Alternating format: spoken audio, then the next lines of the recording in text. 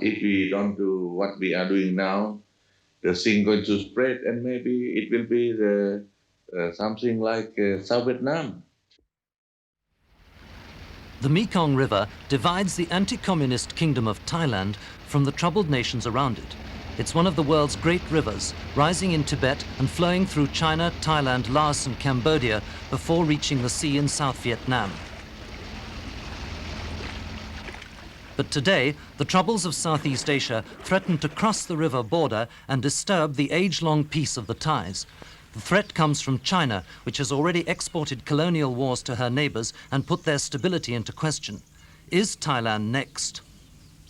To counter the threat, the Americans have built a military road to the troubled area, where communist terrorists have been slipping into Thailand across the Mekong from Laos and North Vietnam.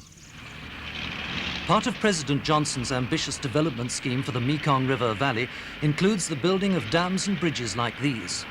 With them, the Americans hope to contain the spread of communism and prevent another Vietnam developing. But in the last few months, the situation has deteriorated.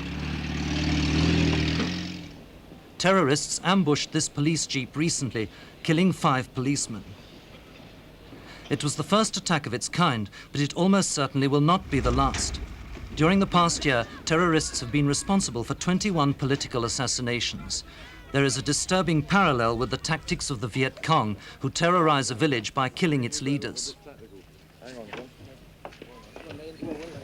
Police patrols in the villages are one of the main weapons against the terrorists and lead to most arrests. The first step is to call on the village headman, who will usually say if there are any strangers around. If there are, the police detain them as suspects. Prisoners are made to wash their feet before being taken to the cells for questioning.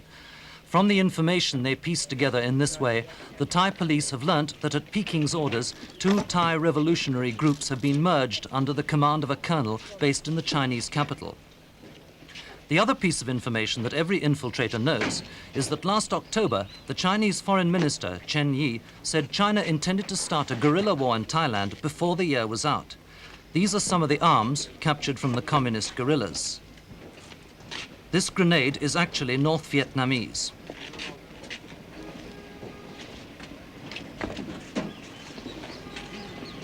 How big a threat are the terrorists? Gerald Seymour asked Air Chief Marshal Dewi Chulasapya. Well, in fact, if we don't do anything right now, it might be a lot of trouble, not only in the Northeast. Even now, we put up quite a strong force to suppress them. They still have some of the agency go many places in Thailand, say southern part of Thailand and central part, especially northeastern part. If we don't do what we are doing now, the thing going to spread, and maybe it will be something like South Vietnam. The Americans are fully aware that Thailand is next on China's list. But what can they do about it? American forces have been built up steadily since 1962 to the present total of 12,000. But their role is defensive, to guard the air bases from which US jets bomb the Ho Chi Minh Trail in Laos, as well as targets in North Vietnam.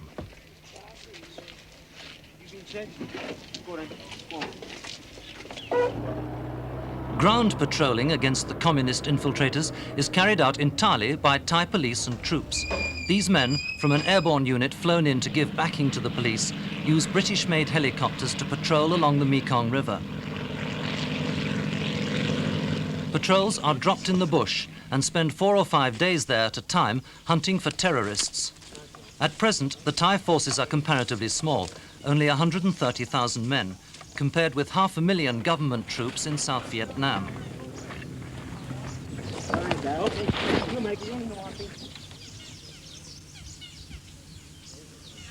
But as in Vietnam, military force is not enough. Good government and a decent standard of living is the key. The Northeast has many problems. It is rich in population, 10 million out of Thailand's total of 30 million, but poor in resources. Last year, drought cut the rice crop by 20%. The people feel little loyalty to Bangkok. They are mainly of Laotian origin, and with the 60,000 North Vietnamese refugees, make an easy target for communist indoctrination. As part of the development program to counter the communist threat, the Americans have built Friendship Highway at a cost of £7 million. It links Bangkok with the northeast and significantly can carry heavy tanks. American aid to Thailand is now running at about £15 million a year, most of it for military equipment and roads, but much goes to supplement the Thai government's already impressive expenditure on social welfare and agriculture. In Bangkok itself, there is no sign of crisis. It is one of the most attractive and prosperous capitals in Asia. The economy is booming, as you can see in any street. Bangkok still has overtones of the King and I. It's a city of temples and bathhouses, charming and sophisticated. Thailand's government and people are on the whole pro-West, even if the popular taste in things Western is sometimes a little strange, such as singing Ave Maria in a nightclub.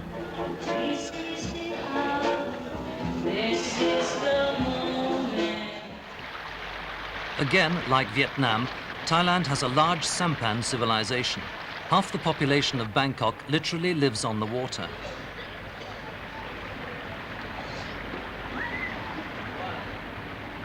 The floating market exists because the easiest way to bring food and vegetables into the city, which is built only a few feet above sea level, is by water.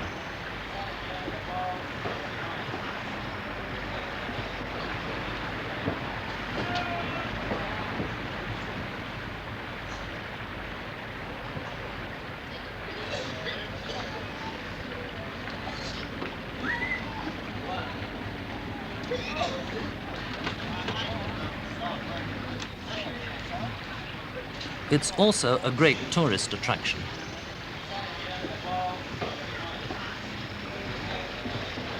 Although they may look poor, and by Western standards are poor, few of the Thai people go hungry or lack the basic essentials of life. So there is little room for communist-inspired discontent here. But they are a nation. Apart from the Laotian and Vietnamese refugees in the northeast and some Malays in the south, they're a closely knit unit. Even tourism and the presence of 12,000 American servicemen in the country have so far failed to produce inflation. The cost of living and the cost of dying have only gone up slightly since 1958. Then there are other reasons for Thailand's stability. Religion is one. The great majority of its people are Buddhists who genuinely revere 38-year-old King Bhumibol and his beautiful wife, Queen Sirikit, listed in New York as one of the 10 best-dressed women in the world. Popular they may be, but feudal protocol surrounds the royal couple. One of the most rigid rules is that no one may look down on the king. Everyone in his presence must be below his eye line, so that he can look down on them. But more important for stability even than the monarchy is the fact that Thailand, alone among its neighbours, has never been conquered. Its remote paddy fields and forests, unlike those of Vietnam, haven't been fought over. They've been peaceful and therefore prosperous for centuries. The teak industry in the northwest quietly nets a fat income for the state. Its methods don't look exactly go-ahead, but Thais insist the only satisfactory way to work teak is with elephants.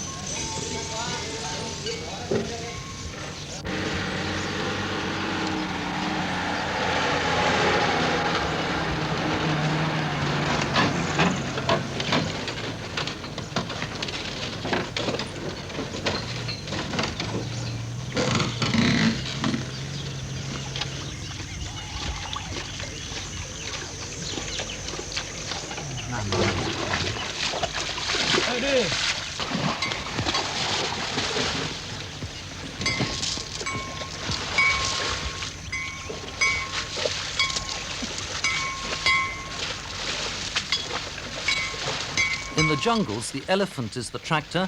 In the rice paddies, it's the buffalo.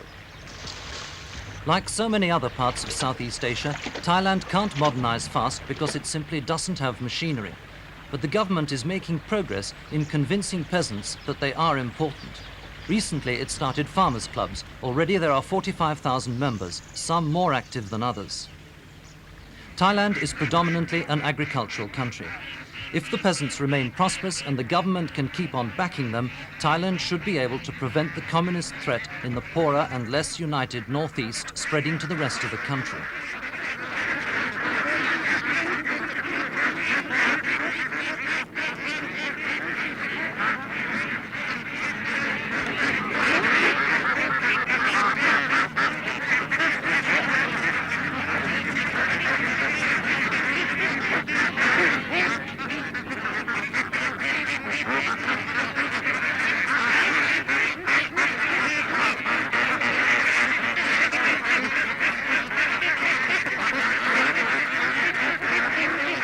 Thailand has launched its own version of the war on poverty. It has a scheme called ARD, Accelerated Rural Development, staffed by American-trained officials.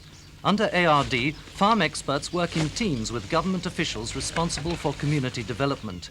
In this way, Thailand and the Americans hope to avoid the mistakes which gave the countryside to the Viet Cong in Vietnam.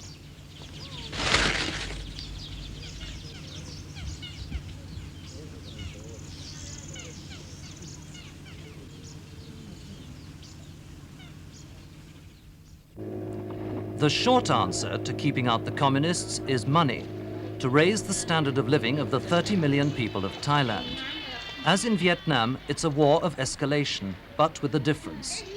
As the communists step up infiltration, the Americans and the Thai government step up aid.